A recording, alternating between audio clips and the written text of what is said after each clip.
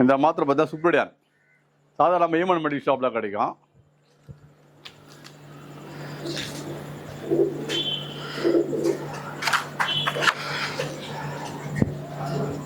back இது